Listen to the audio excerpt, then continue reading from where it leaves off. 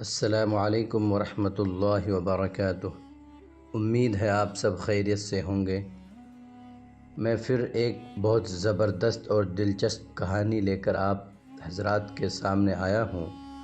تو کہانی کا ٹائٹل کچھ یوں ہے، ظالم بادشاہ رحم پرور بادشاہ کیوں بن گیا۔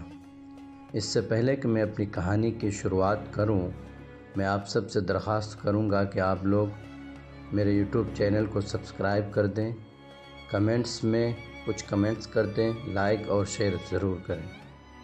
تو کہانی کی شروعات ہے کہ ایک بادشاہ بہت ظالم اور جابر تھا۔ اس کی ہیبت کے قصے سارے ملک میں مشہور تھے۔ لوگ اس سے نفرت کرتے تھے اور اس کا نام آتے ہی لوگ کانپنے لگتے تھے۔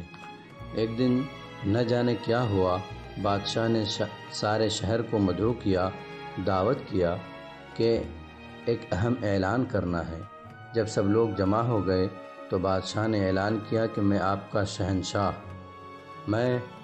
شہنشاہ آج آپ ساری رعایا کی موجودگی میں وعدہ کرتا ہوں کہ آج کے بعد کبھی کسی کے ساتھ ناانصافی اور سختی نہیں کروں گا، اور میرا وتیرہ صرف شفقت اور نرمی ہوں گے، اور تاریخ کے پنوں میں میرا نام سب سے نرم دل بادشاہوں میں شمار کیا جائے گا۔ سب لوگ بہت حیران ہوئے کہ شاید بادشاہ سٹھیا گیا ہے، اس کو کیا ہو چلا ہے۔ خیر، سب نے سوچا کہ بس ایسے ہی بول رہا ہے، وقت بتائے گا کہ یہ بدلا ہے کہ نہیں۔ بادشاہ دراصل بالکل بدل گیا تھا اور سارے عوام اس سے نہایت خوش اور مطمئن تھے۔ کئی مہینے بادشاہ اسی طرح رہا۔ وزیر سے صبر نہ ہوا اور ایک دن ہمت کر کے بادشاہ سے پوچھا کہ ذل الہی، آخر کس وجہ سے آپ کا دل بدل گیا؟ بادشاہ بولا، کچھ دن پہلے کی بات ہے کہ میں جنگل میں جا رہا تھا کہ میری نظر ایک لومڑی پر پڑی۔ وہ بیچاری بھاگ رہی تھی، اس کے پیچھے ایک بڑا سا کتا لگا ہوا تھا۔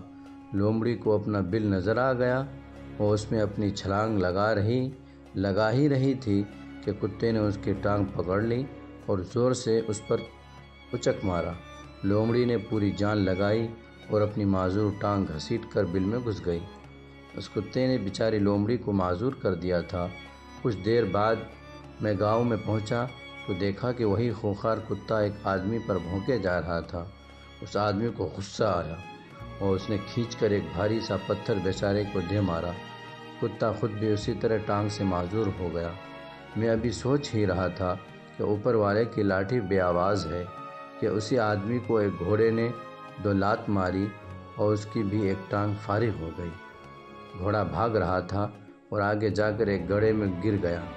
اتنا دیکھ کر ہی میری حالت غیر ہو گئی اور میں نے سوچا کہ میں اتنا ظالم ہوں، ہر ایک پر حکم چلاتا ہوں، کسی کی پرواہ نہیں کرتا، تو میرا خالق میرے ساتھ بھی وہی کرے گا جو میں اس کی مخلوق کے ساتھ کرتا ہوں۔ تو ایک ہی ترکیب سجھائی دی کہ کیوں نہ میں اپنی رعایا کے ساتھ اچھا ہو جاؤں تاکہ میرے ساتھ بھی اچھا ہو۔ بس اتنی سی بات تھی۔ وزیر ایک عیار اور مکار آدمی تھا۔ بادشاہ کی کہانی سن کر بھی اس کا دل نہ پسیجا۔ بے حس آدمی ادھر سے اٹھا اور دل میں سوچا کہ بادشاہ پاگل ہو گیا ہے، یہی وقت ہے کہ میں اس کا تخت ہتھیا لوں۔ ایسی غلیظ سوچ ابھی اس کے دماغ کی دہلیز پر ہی تھی کہ خالق کا نظام کام میں جٹ گیا اور گھٹیا وزیر دھڑام سے سیڑھیوں سے گرا اور اس کی گردن کے 2 ٹکڑے ہو گئی۔ جیسی کرنی ویسی بھرنی۔ اپنے والد کے پاس سویا ہے۔ اس کہانی سے کیا سبق ملتا ہے میرے دوستو، وہ سنیے۔ کسی کے ساتھ برا کر کے یہ مت سمجھو کہ کسی نے نہیں دیکھا، میں بچ گیا۔ جو دیکھ رہا ہے جب وہ پکڑتا ہے تو بڑے سے بڑا سلطان گھٹنے ٹیک دیتا ہے۔ اچھا کرو اور صلے کی امید لوگوں سے مت رکھو، اور برا کرو تو یاد رکھو کہ اب کہیں زمین پناہ نہیں دے گی، اور پھر چپ کر کے اپنے گناہوں کا خمیازہ بھگتو۔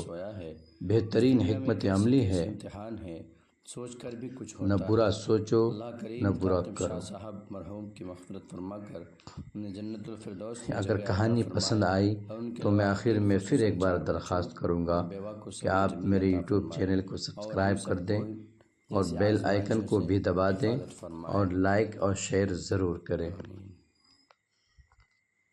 جزاک